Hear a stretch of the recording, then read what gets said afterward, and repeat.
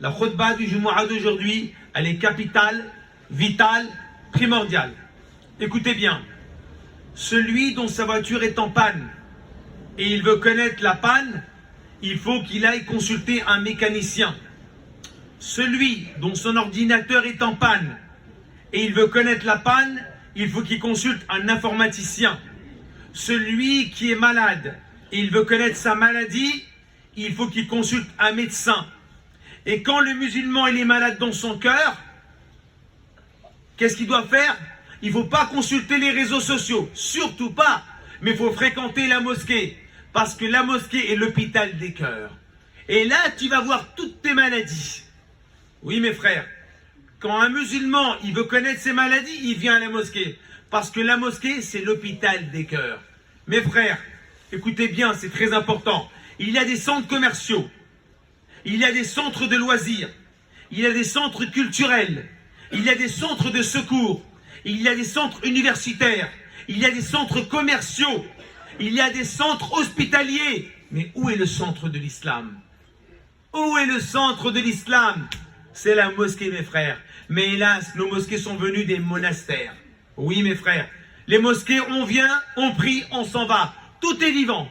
Tout est vivant sur la terre. Quand on veut chercher quelque chose de vivant, on va dehors.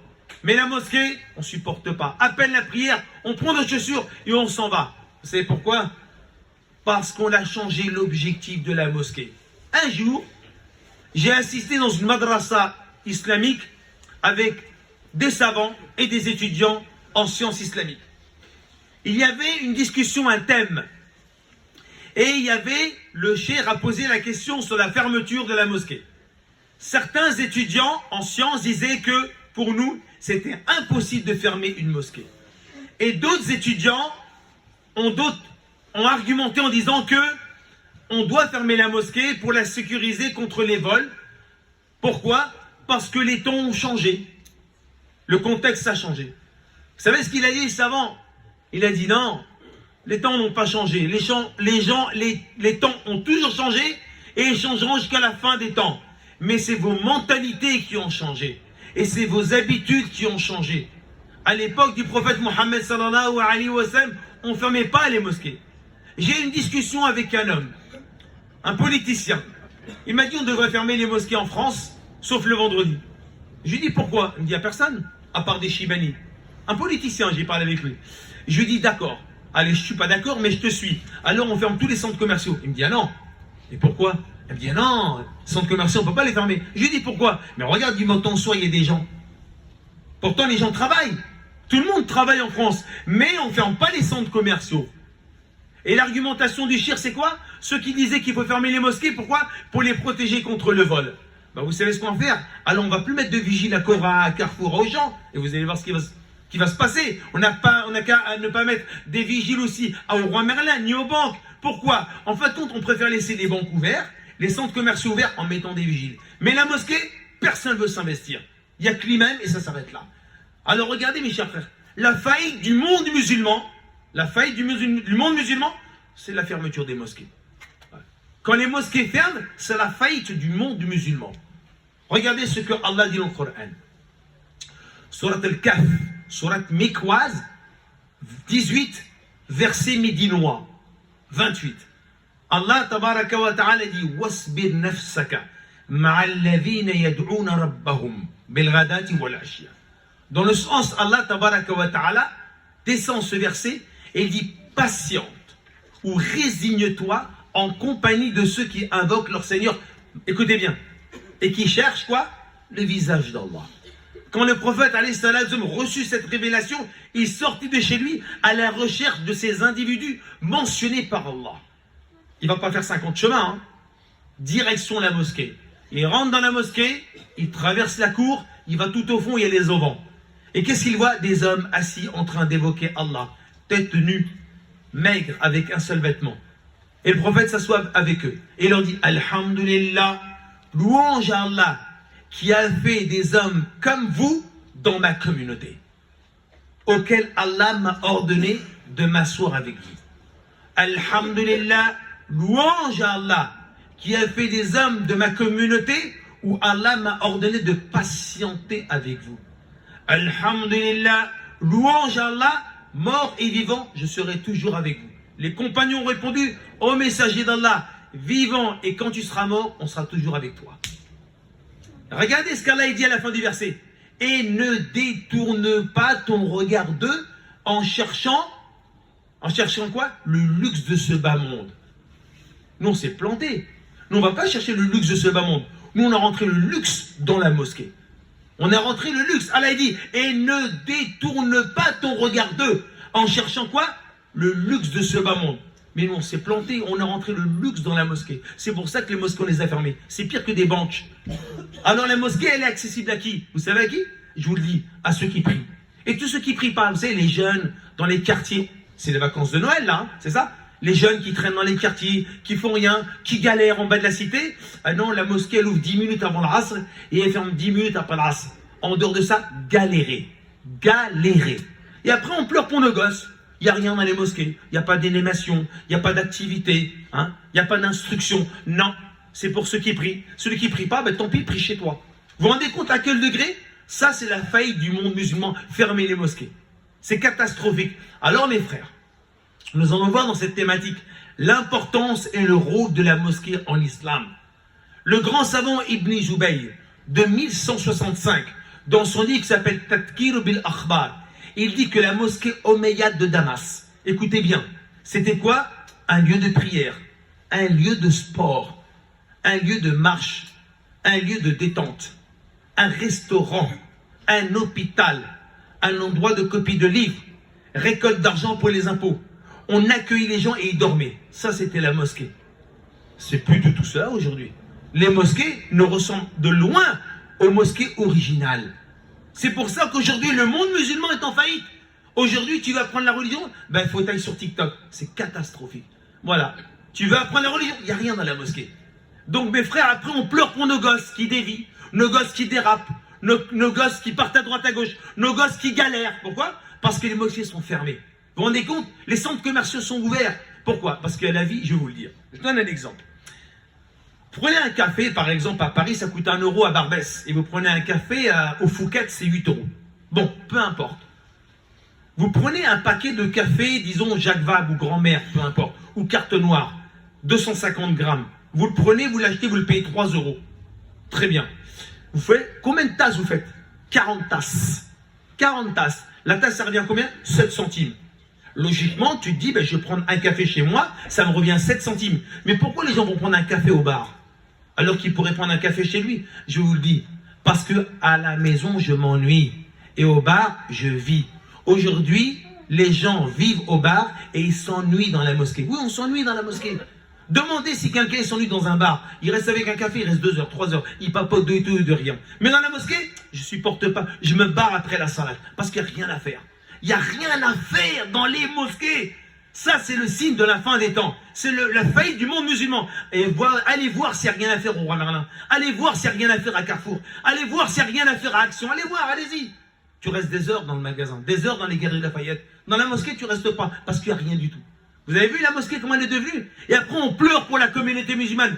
Il n'y a rien dans la mosquée pour les adolescents. Il n'y a rien pour les femmes. Il n'y a rien pour les jeunes. Il n'y a aucune activité. Donc, mes chers frères, notre rôle, c'est quoi? C'est de sauver la mosquée. Parce que si on sauve la mosquée, on sauve la communauté. Allez, trouvez-moi une ville en France où la mairie est ferme. C'est une ville fantôme. Vous fermez une mairie, la ville, elle est fantôme. C'est terminé. Il n'y a plus de CTM, plus de centre technique municipal. Tout va se dégrader. Les lampes, les lampadaires, les jardins. Ça va être la savane, la jungle. Mais la mairie, elle fait fonctionner la ville. Eh bien, la mosquée, c'est le poumon de la Ummah. C'est le poumon de la communauté musulmane. Si la mosquée, elle n'est pas animée, c'est mort à la maison. Personne ne peut dire en 2023 que ma maison est plus lumineuse que la maison d'Allah. Parce que chez toi, tu as peut-être des shayatines et des djinns, mais à la maison d'Allah, mes frères. Si on n'anime pas la maison, si on ne vient pas se ressourcer dans la maison d'Allah, c'est pour ça qu'Allah dit quoi? Et ne détourne pas du regard de ces gens-là, les gens de l'humilité. Parce qu'à la mosquée, tu as quoi? Tu apprends les qualités de la patience. Le prophète, Allah lui a demandé quoi? Tu vas apprendre la patience dans la mosquée avec des gens qui sont humbles et pauvres. Et nous, on va apprendre la patience sur TikTok ou dans les bouquins. Bah non, on se trompe, on retire ce verset du Coran alors. Ou Allah s'est trompé, Haja? Ou le prophète s'est trompé? Non! Allah lui dit que tu vas prendre la patience dans la mosquée. Et pas tout seul dans un coin avec des gens. C'est ça, mes frères. Le rôle de la mosquée, on l'a perdu. Ah, il y a 2500, 2600, 2700 mosquées en France. Et après, est-ce qu'on joue le rôle? Je vais donner quelques exemples de mosquées dans le monde. Allah m'a permis de voyager dans beaucoup de pays dans le monde, alhamdoulilah. Et là, tu vois vraiment ce que c'est que la communauté musulmane qui bouge. Kuala Lumpur. À Kuala Lumpur, la mosquée Abdelrahman, qui s'est associée, écoutez bien, avec l'université de médecine de Kuala Lumpur et l'OMS, l'Organisation mondiale de la santé, pour lutter contre quoi? La toxicomanie. Magnifique. Une mosquée qui s'associe avec l'OMS et l'université de médecine. Pourquoi? Pour désintoxiquer les toxicomanes. Ça, c'est une mosquée qui a joué son rôle. Vous allez à Sheffield, en Angleterre, où je suis parti. Cette mosquée, elle est magnifique. Ils ont construit une mosquée avec salle de boxe. David Cameron, qui était ministre, il est venu quoi? Pour les féliciter. Pourquoi? Parce que vous avez tout compris. Et ils ont expliqué parce que nous, on veut sauver la jeunesse. Et comme les jeunes, ils aiment le sport, ben, qu'est-ce qu'on a fait? On a fait une mosquée avec salle de sport à côté. Comme ça, tu viens faire du sport, puis en plus, après, quand tu t'es douché, ben, tu fais ta salade. Et les mosquées intelligentes. Voilà, mes frères, comment ils ont compris aujourd'hui, comment nous, Allah, je suis parti dans des villes dans le monde, subhanallah, où il y a des mosquées avec piscine à l'intérieur. Ouais, des piscines à l'intérieur, mes frères. Hammam, sauna. Nous, aujourd'hui, nos mosquées, tu demandes à un jeune de venir, pourquoi faire? Il va dire, quand je prierai, je viendrai. Vous avez vu? Psychologiquement, dans sa tête, c'est que pour ceux qui prient. Mais si tu lui dis, il y a telle activité, et des sorties, et de l'apprentissage, et de l'instruction, et de la connaissance, on s'occupe de toi, on s'occupe de la communauté. Ah ouais, j'ai plein de problèmes. Mais viens à la mosquée, on s'occupe de tous les problèmes. Non, la mosquée, c'est pour ceux qui prient. Vous voyez? Et c'est pour ça que la communauté, elle est dans la galère. C'est ça, mes chers frères, le problème, il est là.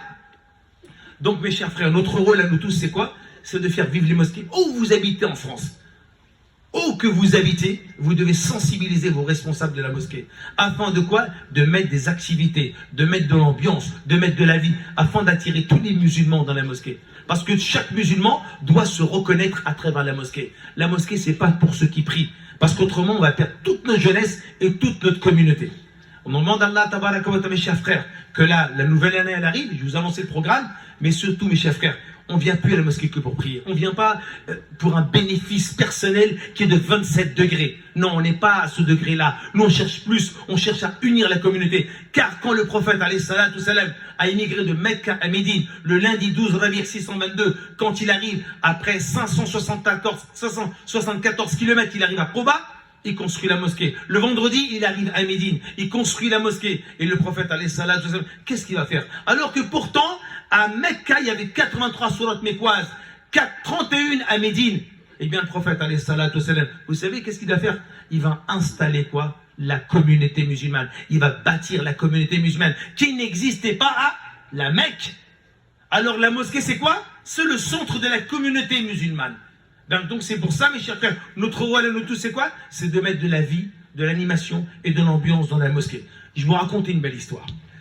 Dans le recueil de l'imam Al-Bukhari, au chapitre des ablutions, Abu Huraira raconte qu'un jour, le prophète, alayhi salatu wassalam, en 628, envoyait une délégation dans la tribu de Al-Yamama chez les Banu Hanifa. Et quand il envoie la délégation d'ambassadeurs pour faire connaître cette belle religion, il y avait un homme qui s'appelle Thumama ibn Athal. Cet homme-là, quand il a vu les ambassadeurs, vous savez ce qu'il a fait? Il les a même pas écoutés, il les a tous tués. Ce qui est contraire à la diplomatie. Très bien. Ben, les autres, ils rentrent, il manque 8 ambassadeurs. Et quand le prophète, il apprend ça, les compagnons apprennent ça, ils sont tous tristes. Ils ont dit, c'est Allah qui s'en occupera. Un an après, ce tyran, ce tueur, il a fait le pèlerinage païen. Et quand il va au pèlerinage païen à la Mecque, il passe pas loin de Médine avec ses hommes. Les compagnons voient ces inconnus, ils les connaissent pas, c'est des païens, ils s'approchent d'eux, ben, ils les ont pris, ils les ont ramenés à Médine. Et le chef, Thumama ibn Athal, ils l'ont rentré dans la mosquée et ils l'ont attaché à un pilier de la mosquée.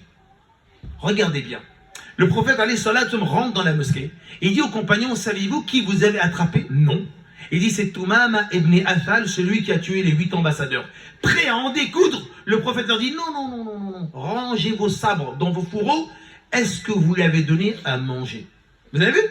La règle numéro 1, un étranger qui rentre dans la mosquée et de surcroît un ennemi, la règle numéro 1, c'est quoi? Prophétique, la sunna, donner à manger aux gens. Donner à manger. Aujourd'hui, si tu manges un gâteau dans la mosquée, le directeur, il vient te voir, Astaghfirullah, la maison d'Allah, des miettes. C'est pour ça que tous les jeunes se barrent. Et le prophète, alayhi salam, ah oui, on a fait, c'est plus des mosquées, c'est des palaces, avec des lustres à 50 000 euros, c'est des palaces. C'est pour ça qu'on les ferme à triple tour. Alors regardez bien, le prophète, alayhi salam, il a dit, est-ce que vous lui avez donné à manger? Ils sont étonnés. Ben, ils sont là pour se faire éduquer. Et le prophète, il va chez une de ses épouses, qui lui donne du blé et du lait.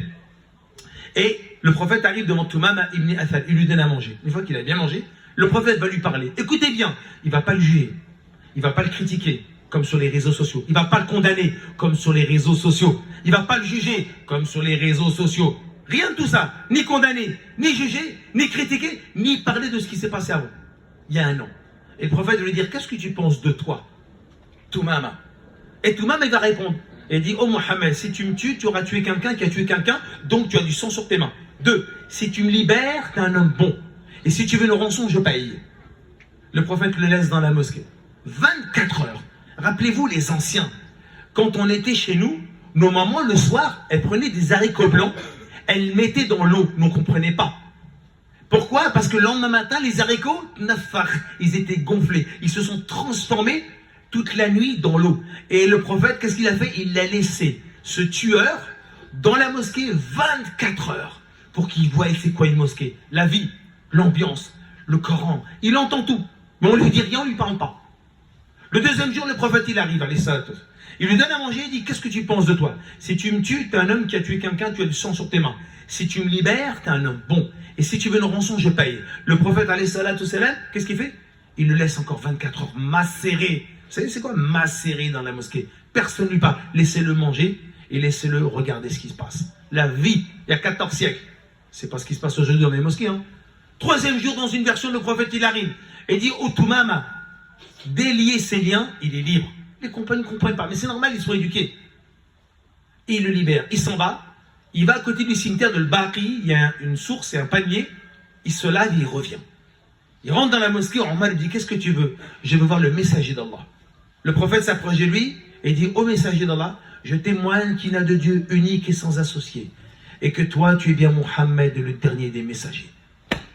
Il dit, pourquoi tu t'es pas converti dans la mosquée? Parce que je voulais pas faire montrer aux gens que tu m'avais forcé, mais c'est de mon propre gré. Mohammed, je vais t'annoncer une chose, que tu étais l'homme le plus détesté sur la face de cette terre. À partir d'aujourd'hui, tu es l'homme à mes yeux le plus préféré sur cette terre. Ô messager de Dieu, cette religion était la religion la plus détestée à mes yeux sur la face de la terre. Aujourd'hui, cette religion est la religion la plus aimée à mes yeux sur la face de cette terre. Médine était la ville la plus détestée à mes yeux sur la face de la terre. Maintenant, Médine est la ville la plus attestée et aimée dans le cœur. Subhanaka wa bihamdik, nashhadu an la ilaha illa anta, nastaghfiruka wa natubu ilayk. Bismillahir Rahmanir Rahim, alhamdulillah, nahmaduhu wa nusalli ala rasulil karim sallallahu alayhi wa sallam. Mes frères, on a compris une chose, que la maison, c'est la maison d'Allah. Et c'est la maison la plus importante sur cette terre. Khayrul buqa al-masajid. Les meilleurs endroits de cette terre sont les mosquées. Et hélas, les meilleurs endroits de cette terre sont les moins fréquentés. On resterait des heures dans les magasins, des heures en bas d'une boutique, des heures devant une boulangerie, des heures devant une épicerie, des heures devant une pizzeria. On ne supporte pas les mosquées. Ça, mes frères, je vous le dis et je le répète, c'est la faillite du monde musulman si on continue comme ça. On peut être 1,7 milliard de musulmans, mais si les mosquées sont vides, regardez mes frères, l'Indonésie, je me suis assis avec les savants d'Indonésie. Aujourd'hui, dans le monde, en 2023, il y a 3,9 millions de mosquées dans le monde. En Indonésie, il y a 1 million de mosquées. Écoutez bien, 5 millions de madrasas coraniques. Écoutez bien, 15 millions de hafid Qur'an et 5 millions de savants. Birmingham, une ville de 1 150 000 habitants, que je connais par cœur en Angleterre. 300 000 musulmans. 180 mosquées. Écoutez bien, 2 madrasas en internat comme Château Chinon, de 10 ans. 5 000 enfants qui apprennent le Coran. 10 000 enfants qui apprennent le Coran tous les jours à Birmingham dans les madrasas. Et 500 savants. Une ville. 500 savants qui ont pris la science en Afrique du Sud. Et nous, on est où aujourd'hui, mes chers frères? Alors regardez cette histoire pour terminer. Quand j'ai fait une tournée en Amérique, je me suis arrêté au Canada.